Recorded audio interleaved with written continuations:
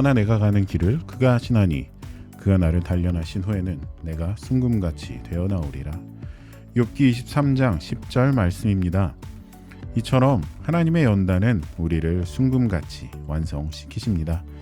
그런데 이런 순금같이 연단으로 완성되는 음식이 있습니다. 바로 검은 황금이라고도 불리면서 수세기 전 처음 만들어진 뒤로 꾸준히 전 세계 사람들의 활력소가 되어주는 커피입니다. 커피와 우리의 연단이 무슨 상관이 있을까 싶지만 커피가 만들어지는 과정을 보면 우리가 연단을 통해 순금같이 변화받는 것과 참 많이 비슷합니다. 그래서 오늘은 요목조목 연단의 맛 커피입니다. 커피가 만들어지는 과정은 3단계로 이루어집니다. 커피 열매에서 추출한 생두를 볶아내는 로스팅, 로스팅된 원두를 가루로 갈아내는 분쇄의 과정, 그리고 곱게 갈린 원두가루로 커피를 내리는 추출의 과정입니다. 물론 커피를 내리는 방법은 사람들의 취향에 따라 여러 가지의 방법으로 나뉘겠지만 오늘은 제가 할 수 있는 유일한 방법인 핸드 드립으로 커피를 내리겠습니다. 로스팅, 분쇄, 추출의 과정을 통해 커피가 완성된다면 우리의 성품은 연단, 깨어짐, 눈물로 완성됩니다. 제일 먼저는 로스팅과 연단이에요. 로스팅은 열매에서 추출한 녹색 생두를 볶아서 우리가 잘 알고 있는 이 어두운 색의 커피 원두를 만드는 과정입니다. 무조건 어둡게 생두를 볶아내면 원두가 되는 것 같지만 이 전문가의 손길이 있어야 가능한 것이 올바른 로스팅이에요. 원두에 대해서 잘 알고 있는 전문가가 아닌 사람이 이 원두를 볶으려고 하면 아마 그 생두를 까맣게 태우기만 할 거예요. 하지만 전문가는 그렇게 까맣게 태우는 것이 아니라 이 커피의 맛을 더 깊게 만들어주는 볶는 것, 그 진정한 로스팅을 합니다. 로스팅처럼 우리가 먼저 연단에 대해서 알아야 하는 것은 이 연단의 주관자가 우리 인간이 되어서는 안 된다라는 것입니다.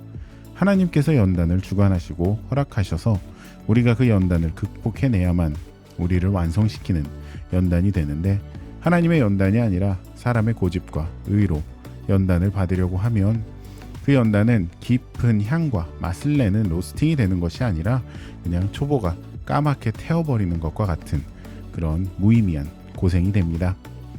하나님의 주관으로 내려지는 연단에 순종하는 것이 아니라 인간의 의로 연단을 이기려고 한다면 이는 이 원두를 로스팅하는 것이 아니라 그냥 센 불에 태우는 것과 같은 거예요. 이 탄 원두는 쓴맛밖에 내지 못하고 인간의 의로, 인간의 능력으로만 사는 삶도 깊은 향기가 아니라 그냥 쓴맛, 탄내만 나서 사람들이 피하게 되는 그런 삶이 됩니다. 연단을 거친 삶은 이 로스팅이 끝난 원두처럼 깊은 그 향기로운 향이 납니다. 묵직하고 진중한 향처럼 이 사람도 무게 있는 그런 사람이 돼요. 하지만 이 로스팅이 끝난 원두를 커피 내리는데 쓰지 않고 그냥 방치해두면 향이 다 날아가 버린다는 것 알고 계셨나요? 이 로스팅이 끝난 원두는 바로 갈아서 커피를 내릴수록 커피의 맛이 더 좋아요. 사람도 똑같아요. 연단을 받은 후에 그 자아를 깨지 못하고 그 연단을 받아놓고도 그냥 굳어 있으면 이 삶에서 풍기던 진중한 향은 다 날아가 버리고 껍질만 남은 사람이 됩니다. 그래서 연단 다음에 바로 이루어져야 하는 것이 우리의 자아를 깨트리는 것입니다. 두 번째는 분쇄와 깨어짐의 과정입니다. 제가 이 원두를 로스팅할 수가 없어서 영상은 이 원두를 갈아내는 이 분쇄부터 시작했는데요. 이 원두가 분쇄가 되듯이 우리의 자아도 그렇게 부서져야 합니다. 연단으로 볶아지면 끝이 나는 것 같지만 거기서 멈추지 않고 우리는 더 부서져야 돼요.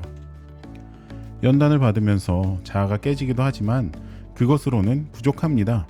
사람의 자아는 무릎 꿇고 낮아짐으로 더 많이 깨어지지 않으면 이 향만 날아가고 껍질만 남은 그런 원두 같은 텅 빈 자아가 됩니다.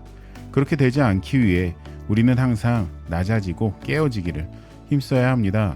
나의 연단을 남과 비교함으로 높아지지 않고 오직 연단을 내리시는 하나님의 손길을 바라보고 무릎 꿇고 나는 하나님의 연단이 있으므로 그리스도인이 되고 자녀가 되어서 살 수 있음을 깨닫고 낮아져야 합니다. 깨닫고 낮아짐으로 자아가 가루가 되면 이제 마지막 눈물의 추출입니다. 분쇄가 된 원두에 뜨거운 물을 부으면 향기로운 커피가 우러나죠. 이것처럼 연단으로 까맣게 된 우리의 자아를 하나님 앞에 가지고 와서 낮아짐으로 깨트리면 우리는 감사와 회개의 눈물을 흘리게 됩니다. 연단과 깨트린 자아를 통해 우리가 흘린 눈물은요, 그 향기로운 커피처럼 우리의 삶을 그리스도의 향기가 가득한 삶으로 만들어 줄 것입니다. 우리의 삶은 연단을 통해 성숙되고 부서지지만 그러므로 오는 하나님의 은혜와 축복은 우리로 하여금 순금 같은 삶을 살게 하고요, 그리스도의 향기를 풍기게 합니다. 그리스도의 향기가 풍겨나는 삶은 깊은 향기의 커피처럼 사람들을 끌어들여요.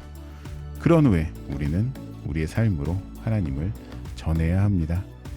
깊은 향기의 커피가 사람들을 행복하게 해주는 것처럼 우리도 그리스도의 향기를 퍼뜨리는 삶이 되어서 우리를 통해 세상이 하나님을 알고 하나님께로 나오게 해야 하는 것이죠.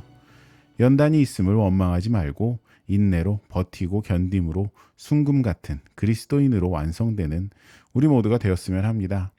하나님께서는 우리의 길을 아시고 우리를 단련시켜서 순금같이 귀하게 만드시기를 원하십니다. 그리고 커피만 내리기는 아쉬워서 디저트도 같이 만들고 있어요. 티라미수인데요. 달콤한 디저트는 세상과 같아요. 디저트만 먹으면 너무 달아서 많이 먹지 못하고 혹시 많이 먹더라도 좋은 결과를 얻을 일이 없잖아요. 세상도 그와 같습니다. 디저트만 먹으면 좀 그렇지만 이 커피와 같이 디저트를 즐길 때 너무 좋지 않나요? 이 모든 것은 균형의 문제예요.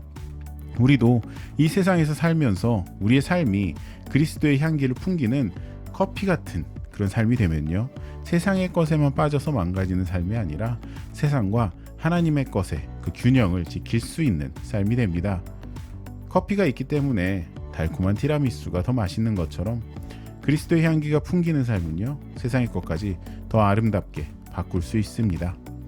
오늘 영상을 나누는 우리 모두가 커피 같은 그런 그리스도의 사람이 되어서 세상의 것을 바꾸고 하나님의 은혜를 더 널리 전할 수 있게 되기를 바랍니다. 그럼 전 커피 한 잔, 티라미수 한 스푼 더 하고 오겠습니다. 안녕.